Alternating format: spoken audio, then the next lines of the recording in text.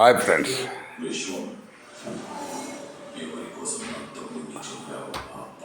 ఈ రాజ్యాంగం ప్రకారం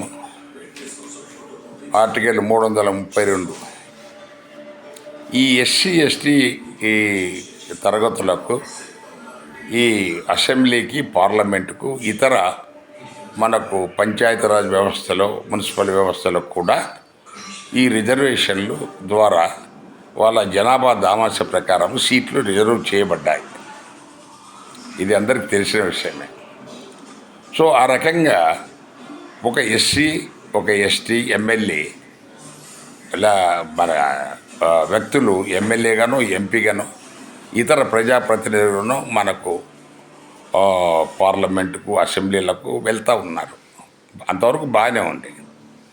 కానీ జరుగుతున్నది ఏంటంటే వీళ్ళు ఎస్సీ ఎస్టీ సమస్యల మీద అన్యాయాలు అకృత్యాలు వాళ్ళకు నిధులు అలాట్ చేయకపోవటము, విద్యాపరంగా వైద్యపరంగా వాళ్ళకు వసతులు ఎన్నో సమస్యలు ఉంటే వీళ్ళు ఎప్పుడు కూడా వాటి మీద ఎక్కడ అసెంబ్లీలో పార్లమెంట్లో ప్రస్తావించిన దాఖలాలు లేవు.